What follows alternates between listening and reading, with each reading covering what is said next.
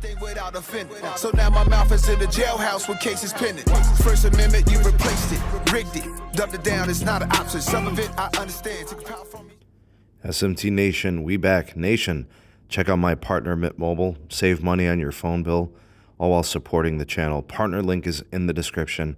Go save money now. Nation, don't forget you can also buy me a coffee. Use the buy me a coffee link that's also in the description. SMT Nation, we got the AT&T Q1 earnings summary for you here. I'm going to give you guys all the facts, all the numbers, and then I'll give you a little bit of commentary to go with it.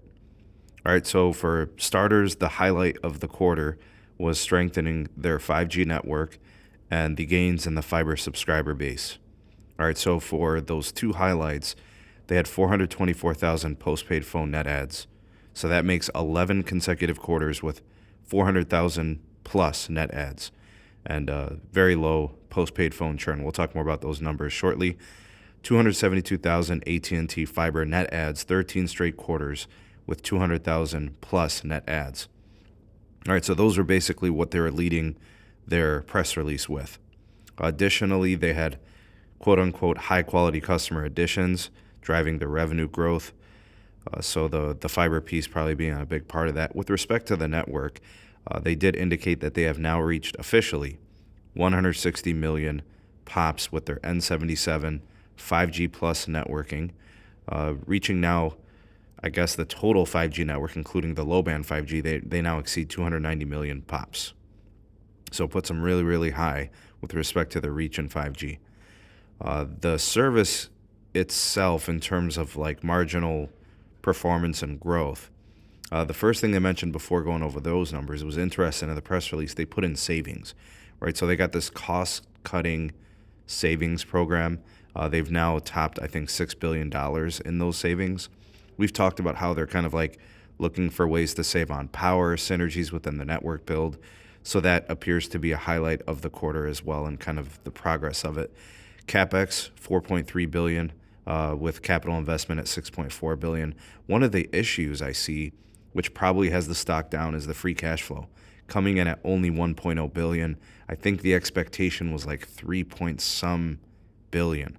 So that's not going to make investors very happy.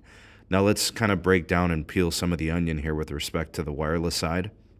5.1 million total wireless net adds, breaking down to 542,000 postpaid net adds. And I think those postpaid net adds include 424,000 postpaid phone, 56,000 postpaid tablet and other computing devices in terms of net losses, 174,000 other net adds, that's probably watches and connected devices. And then from the prepaid side, 40,000 plus on the net adds. Postpaid churn came in at 0.99 versus 0.94 year over year. That indicates a little bit of churn increase year over year, but also the fact that I'd say that AT&T has kind of been leading the way in postpaid phone churn. So that's kind of interesting, or excuse me, on just general postpaid churn. Okay, now postpaid phone churn was really good. All right, 0.81 versus 0.79 year over year. So still pretty much in line with 1 year ago. That might end up still being best in the industry. Prepaid churn, very, very low, 2.73%. Cricket, even lower than that. I think this number was 2.77% a year ago during this quarter. The Cricket brand is very sticky. People like what they have there. They get Cricket, they stay with Cricket. Postpaid phone ARPU, average revenue per user, $55.05, up nearly 2% year over year in terms of Q1. So that looks pretty good. FirstNet connections, they have now exceeded 4.7 million across 25,000 agencies. Continues to be one of the highlights and good decisions that AT&T has made over the last 5 or so years. Business wireline is down about 5.5% year over year.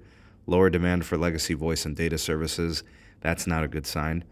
Consumer wireline revenues are up. That's great because I think it's the broadband, the home broadband, the fiber side that's really good for them.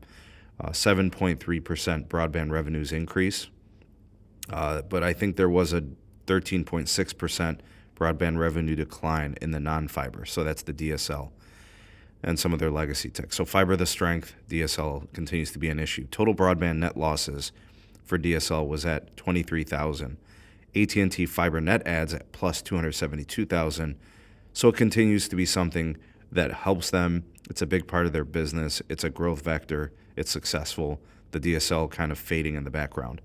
Okay, now the AT&T Mexico side, a very small piece of their business, but worth noting, total wireless net adds were 10,000. 58,000 prepaid net losses, 49,000 postpaid net adds, 19,000 reseller net adds. All right, so the Wall Street is probably going to be looking down on this quarter. They probably expected more. I think that's kind of the vibes in it. Expect AT&T to be down in the market, but we see gains in 5G. We see gains in fiber. The core business of AT&T seems to be chugging along. I think some numbers are down because they're not as active promotionally, but they should be fine. Q1s are usually pretty rough. What do you guys think of the numbers? Sound off in the comment section below. You are the voice of the people, the SMT Nation. Let your voice be heard.